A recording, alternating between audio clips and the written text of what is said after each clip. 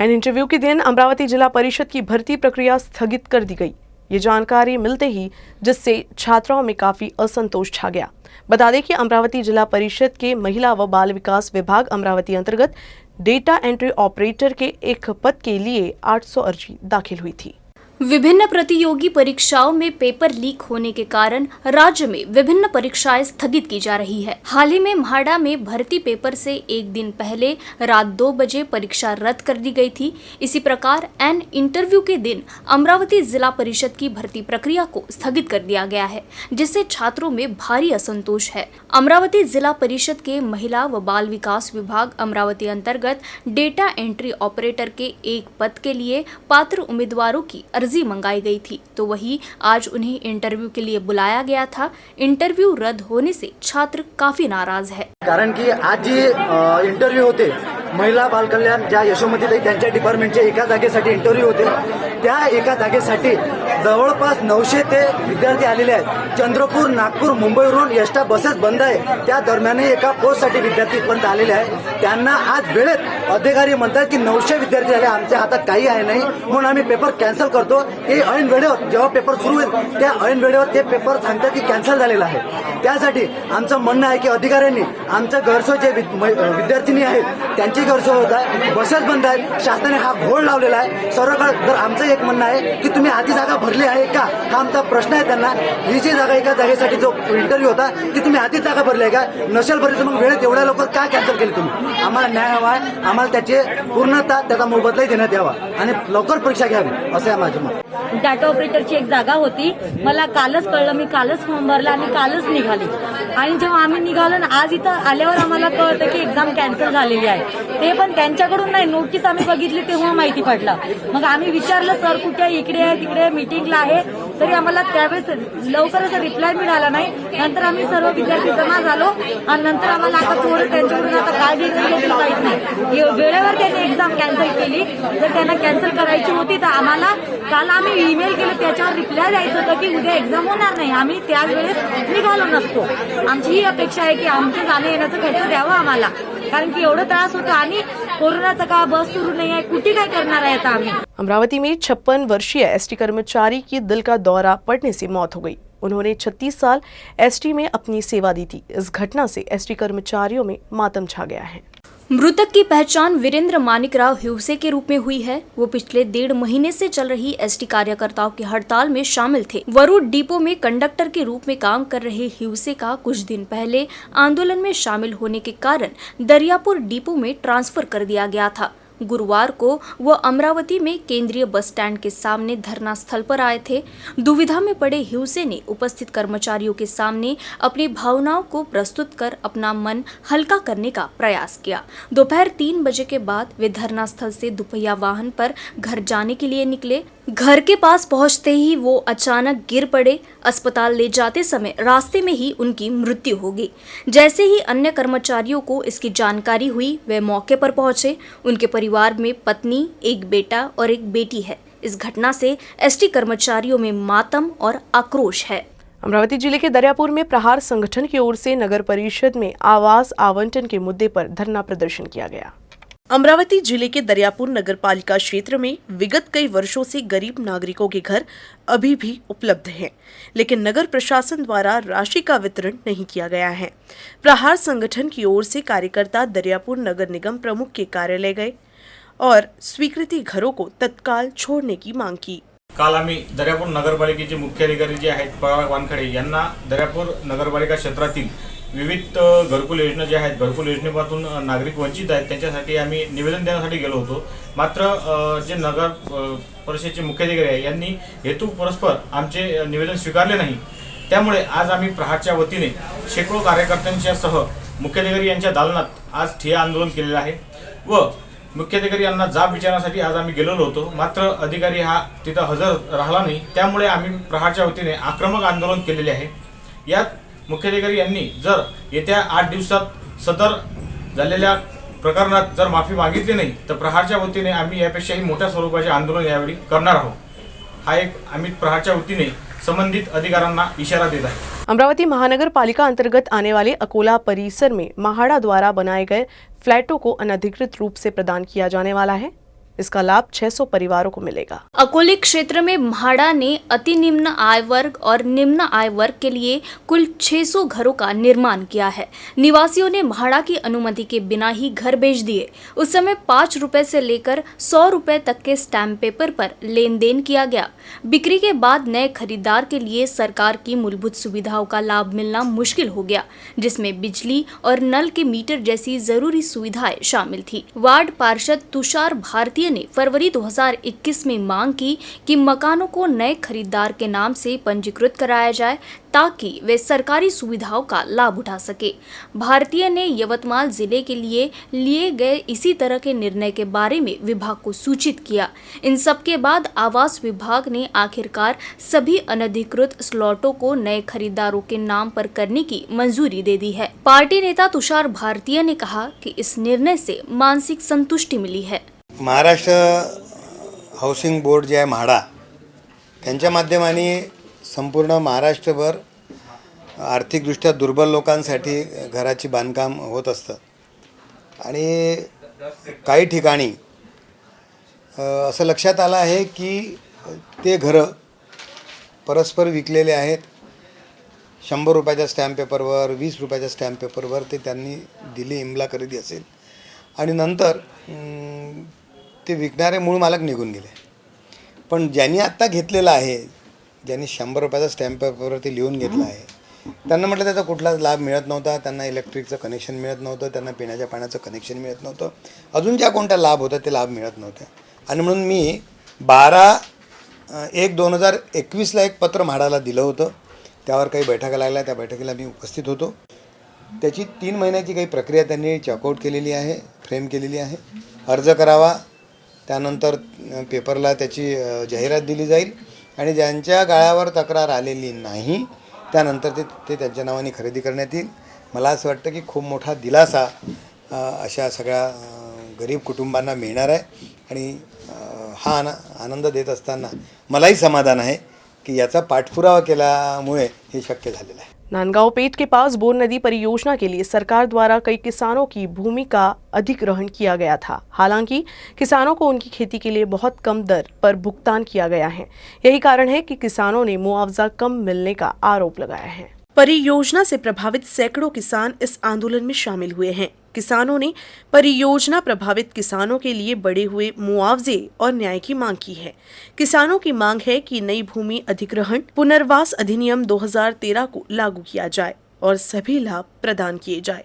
गोवर्धन थोराट, राजकुमार कड़ू, अतुल महले, विनोद पंडित, शंकर पंडित, करण ठोके, मनकरण पंडित, उत्तम ढोके, प्रवीण ढोके, गौरव कड़ू, राजू कड़ू, मयूर चौधरी, गजानन चौधरी, अंकुश खराद, रामदास ढोके सहित सैकड़ों परियोजना प्रभावित किसान इस अवसर पर उपस्थित थे।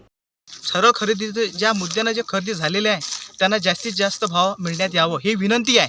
विशेष म्हणजे अमरावती जिल्ह्याच्या ज्या पालकमंत्री आहे त्यांनी ह्या प्रकरणामध्ये लक्ष दिलं पाहिजे। दुसरा असा विषय आहे की ज्या खात्याचे जे मंत्री आहे, राज्यमंत्री, त्यांनी पण या प्रकरणामध्ये लक्ष दिलं पाहिजे। सर्वांना हे माहीत आहे की हे काय झालं, कसं घडलं, काय घडलं।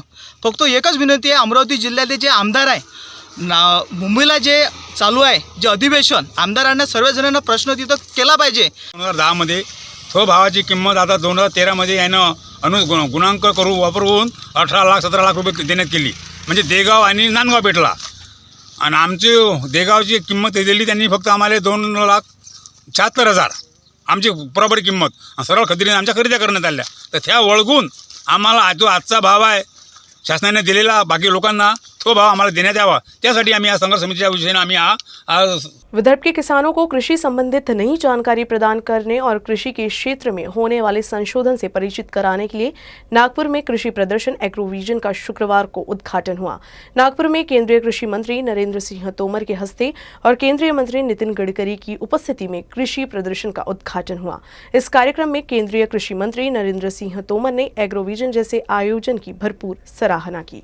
नागपुर में पिछले 12 साल से कृषि प्रदर्शनी एग्रोविजन का आयोजन हो रहा है। पिछले वर्ष कोरोना संक्रमण के प्रादुर्भाव की वजह से एग्रोविजन का आयोजन नहीं हो सका था, लेकिन इस वर्ष कोरोना से बचाव के सभी नियम का पालन करते हुए एग्रोविजन का आयोजन किया गया है। नागपुर में भव्य कृषि विषयक प्रदर्शनी एग्रोविजन का शुक्रवार को उद्घाटन हुआ। केंद्रीय कृषि मंत्री नरेंद्र सिंह तोमर के हस्ते इस प्रदर्शनी का उद्घाटन किया गया। कृषि मंत्री नरेंद्र सिंह तोमर ने कहा कि सरकार कृषि के क्षेत्र में आमूलचूल परिवर्तन करने की कोशिश कर रही है और एग्रोविजन जैसा प्रदर्शनी उसी दिशा में एक कदम है। किसान भाई सौभाग्यशाली हैं कि उन्हें नितिन गडकरी जी जैसा बहुआयामी और दूरदृष्टि वाला नेतृत्व प्राप्त हुआ है। हम सब इस बात को भलीभांति जानते हैं, महाराष्ट्र में जब भी विदर्भा की बात आती थी तो महाराष्ट्र तो चिंतित रहता ही था, लेकिन यहाँ परिस्थिति से सारा देश भी चिंतित होता था। लेकिन मुझे इस बात का बहुत ही गौरव है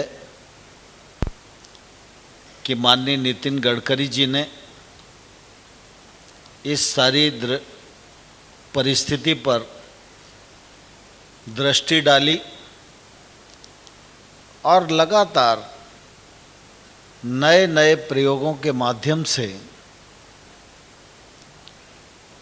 किसानी सुधरे, कृषक की माली हालत सुधरे, खेती में टेक्नोलॉजी आए, प्रोसेसिंग हो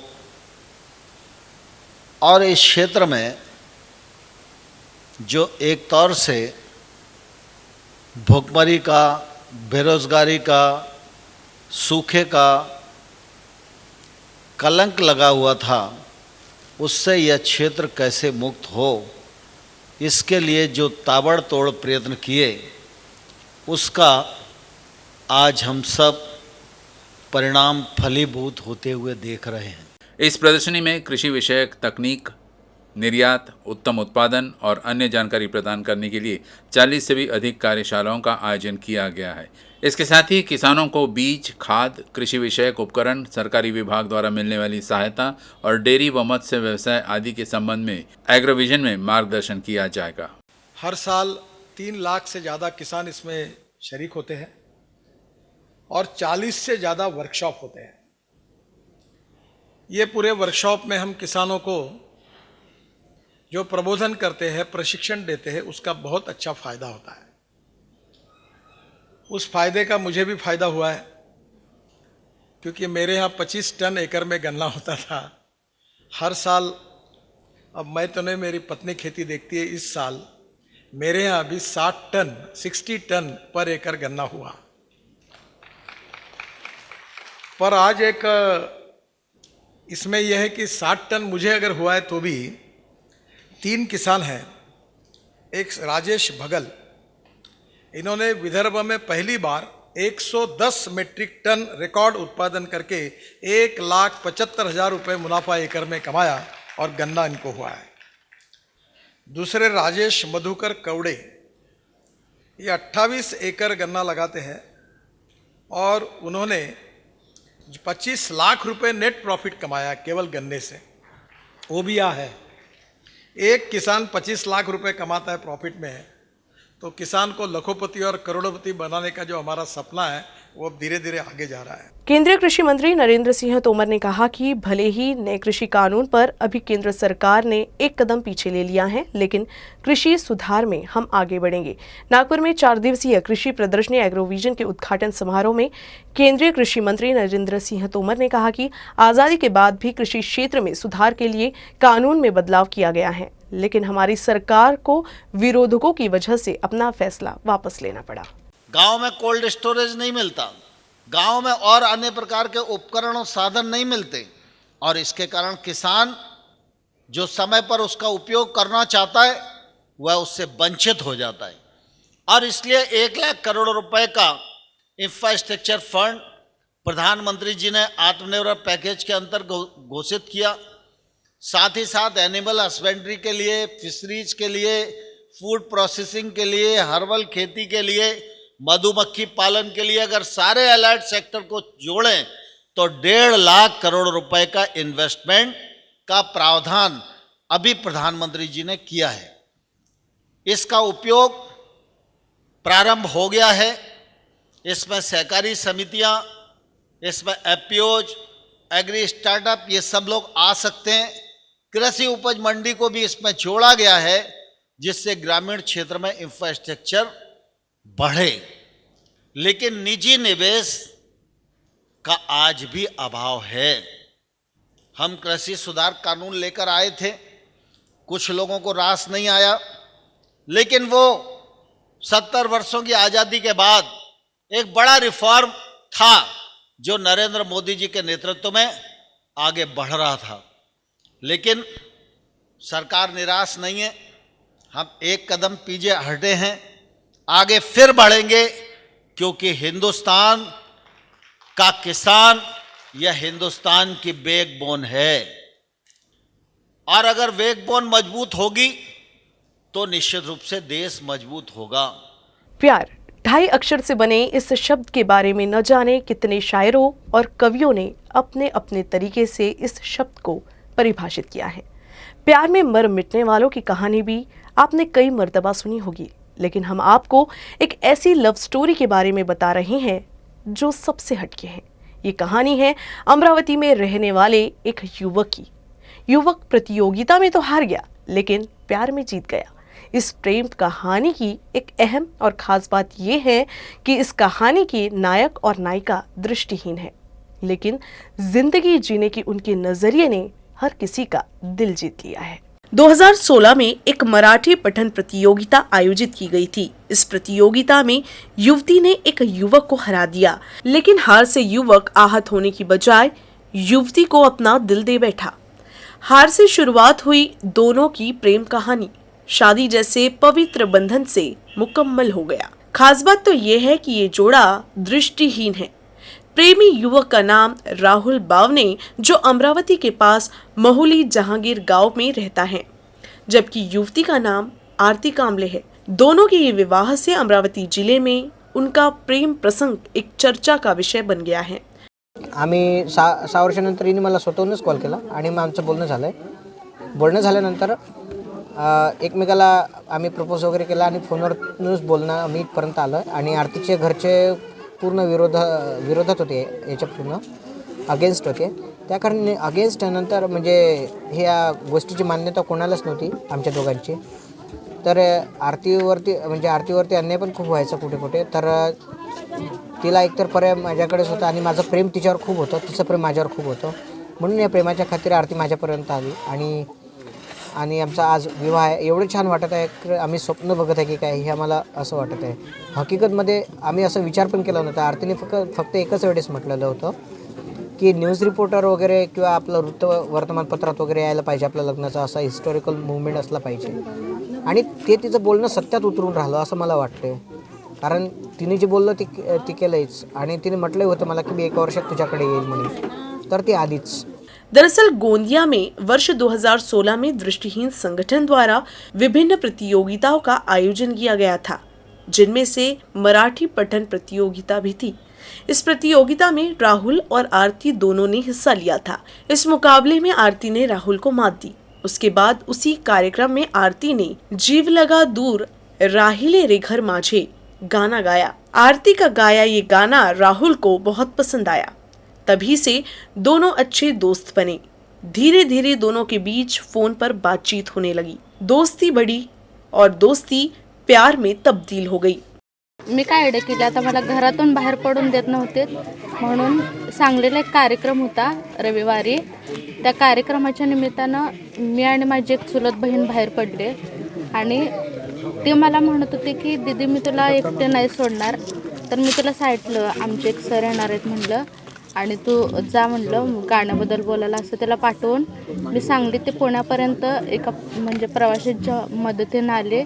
आणि कुठंतरी मला असं वाटतं माझ्या देव पाठीशी पुणे ते अमरावतीपर्यंत येणारे एक दादा भेटले. त्यांच्यासोबत मी अमरावतीपर्यंत आले. 3-4 गाड्या बदलत, ट्रेन नव्हत्या, काय नव्हत्या. खूप खुश आहे. म्हणजे मला जे हवं होतं ते मिळालं. आणि मला असं पण वाटत होतं की ही न्यूज म्हणजे आमची पत्रक म्हणजे पेपरात वगैरे यावी असं मला वाटत होतं आणि ते पण सत्यात उतरलं. त्यामुळं खूप छान वाटतं. हां, नाहीच म्हणजे आमच्या असं खानदानात कोणी केलाच नव्हता प्रेमविवाह. मीच पहिल्यांदा केला, त्यामुळे त्यांना मान्य नव्हता. उनके परिवार को उनके रिश्ते के बारे में पता था, लेकिन आरती के परिवार ने इसका विरोध किया. घर वालों ने भी आरती को घर से निकलने से रोक दिया. एक तरफ घर वालों का विरोध तो दूसरी तरफ राहुल के प्यार ने आरती को असमंजस में फंसा दिया. इस बीच आरती राहुल से मिलने के लिए अमरावती आने का फैसला किया और वो अमरावती की ओर चल पड़ी. सफर में कई कठिनाइयों के बावजूद दोनों कई सालों बाद एक दूसरे से रूबरू हुए. बहरहाल दोनों की लव स्टोरी किसी बॉलीवुड फिल्म से कम नहीं है. अमरावती जिले के आरणी तहसील के कुरहा गांव से 3 साल की बच्ची के अपहरण का सनसनीखेज मामला सामने आया है. बच्ची के अपहरण को 4 दिन हो चुके हैं, लेकिन अभी तक पुलिस के हाथ कोई भी सुराग नहीं लगा है. फिलहाल अपहरणकर्ता की तलाश में पुलिस जुटी हुई है. आरनी तहसील के कुरहा गांव में चोले दंपति अपने बच्चों के साथ रहता है. सोमवार की दोपहर 3 वर्षीय मानवी अपने घर के बाहर खेल रही थी, तब उसकी मां घरेलू कामकाज में व्यस्त थी. इस दौरान अनजान शख्स ने बच्ची का अपहरण कर लिया.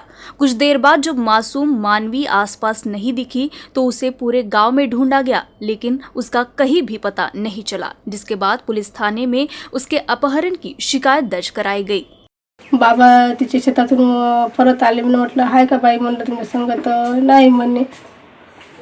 आम्ही पाहायला लागलो बाहेर हाय का म्हणून कोणाच्या घरी खेळत गेल्यात. मग तिथून लय जण सांगे हायच नाही म्हणून इथं खेळत. विचारलं इथं 2-3 हाय का म्हणून मानवी इथं खेळत. तर हो म्हणे हाय खेळत म्हणे.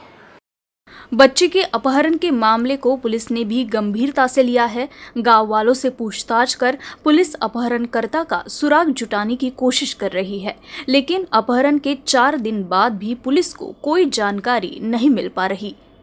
मानवी चोले वय 3 वर्षे ही अचानक बेपत्ता झाली. सदरची माहिती पोलीस स्टेशनला येताच त्या गुन्ह्याच्या तपासासाठी आम्ही एक विशेष पोलीस पथक तयार केलेलं आहे, ज्यामध्ये काही पुरुष अंमलदार आणि महिला अंमलदार आणि अधिकाऱ्यांचा समावेश आहे. ज्या दिवशीपासून ही मुलगी बेपत्ता झाली त्या दिवशीपासून सलग 3 दिवसापासून आम्ही इथले गावामधील वाडे, त्यानंतर सगळ्या विहिरी, आसपासचा शेतशिवार आणि बाजूला लागलेलं जंगल वन विभागाच्या मदतीनं त्याचा सर्च आम्ही केलेला आहे. या तपासामध्ये आम्हाला स्थानिक गुन्हे शाखा, सायबर सेल आणि श्वान पथकाची मदत मिळालेली आहे. सदरचा तपास जो आहे तो युद्धपातळीवर चालू आहे. मुलीचा शोध घेण्यासाठी कसोटीचे प्रयत्न चालू आहेत. अमरावती शहर में गायत्री संस्कार केंद्र में अमरावती परिवार कार्यकर्ता सम्मेलन का आयोजन किया गया. इस सम्मेलन में देव संस्कृति विश्वविद्यालय शांतिकुंज हरिद्वार के प्रतिकुलपति डॉक्टर चिन्मय पांड्या विशेष रूप से सम्मिलित होने के लिए आए थे. हरिद्वार के शांति कुंज संस्था का सुवर्ण महोत्सव वर्ष शुरू है. इस अवसर पर देश भर में गायत्री मंत्र का महत्व पहुंचाने का प्रयास किया जा रहा है. घर घर में सद्भावना निर्माण करने के लिए प्रत्येक घर में गायत्री मंत्र पहुंचाने का उद्देश्य है. इसके लिए अमरावती शहर में गायत्री संस्कार केंद्र की शाखा पिछले काफी समय से कार्यरत है. इस संस्कार केंद्र से कई सामाजिक रूप से उपयोगी गतिविधियां की जाती है. कोरोना के समय में संस्कार केंद्र लंबे समय तक बंद है, लेकिन अब फिर से गायत्री परिवार के सदस्य अपने निस्वार्थ काम में लग गए हैं. देव संस्कृति विश्वविद्यालय शांति कुंज हरिद्वार के कुलपति डॉक्टर चिन्मय पंड्या के अमरावती पहुंचने के साथ ही गायत्री संस्कार केंद्र में गायत्री परिवार के कार्यकर्ताओं की बैठक हुई. कार्यक्रम में चिन्मय पंड्या ने दर्शकों का मार्गदर्शन किया. हरिद्वार में जो स्वर्ण जयंती उत्सव चालू है उसके निमित्त में भैया का आना, वो कोरोना काल में जो हमारे परिजनों से मिलना नहीं हुआ 2 साल से, तो उसने भैया का ऐसा था कि हमारे पूरे परिवारों से मिले, और जो परिजन हमसे बिछड़ चुके हैं कोरोना काल में, उन सब परिजनों को हमको सांत्वना देना है और हमारे मिशन को परिवारों को और आपस में अच्छे से जोड़ के हमको रखना है और सबसे मेल मिलाप करना है. यही भैया का हमारा उद्देश्य है. और भैया शांतिकुंज हरिद्वार के जो देव संस्कृति विश्वविद्यालय है उसके प्रतिकुलपति भी हैं, और भैया का पूरे विश्व में नाम है, और भैया बहुत अच्छा कार्य कर रहे हैं. पूरे परिजनों को आपस में लेकर चलते हैंगे और बहुत ही अच्छा नेचर है भैया का. और हमारे गायत्री परिवार का जो मिशन है वो भैया के कारण बहुत ज़्यादा आगे बढ़ चुका है और भैया मिशन को बहुत ज़्यादा आगे बढ़ा रहे हैं. और शांति कुंज का स्वर्ण जयंती वर्ष है और शांति कुंज परम पूज्य गुरुदेव का पंडित श्री राम शर्मा आचार्य जी का एक अद्भुत प्रतिष्ठान है जो आज 12 से 15 करोड़ गायत्री परिजनों और 5000 से ज़्यादा प्रज्ञा संस्थानों का आध्यात्मिक ध्रुव केंद्र भी है। और उसकी स्थापना के साथ गुरुदेव का उद्देश्य एक ही था, मनुष्य में देवत्व का उदय, धरती पर स्वर्ग का अवतरण, कि हर मनुष्य के अंदर सन्निहित देवी चेतना का जागरण हो और हर व्यक्ति एक अच्छे उद्देश्य के साथ समाज के नवनिर्माण के लिए संकल्पित हो। आज उसी यात्रा के क्रम में अमरावती के इस पावन केंद्र में आने का सौभाग्य हम लोगों को मिला और यहाँ के गायत्री परिजनों से मिल पाने का सौभाग्य हम लोगों को मिला। जिस तरह के कार्य यहाँ से संपन्न हो रहे हैं उसको देखकर मन में एक नवीन उत्साह की लहर आई। सभी को बहुत सारी शुभकामनाएं। न्यूज रूम से बस इतना ही। खबरों का सिलसिला यूं ही चलता रहेगा। आप देखते रहिएगा UCN न्यूज अमरावती।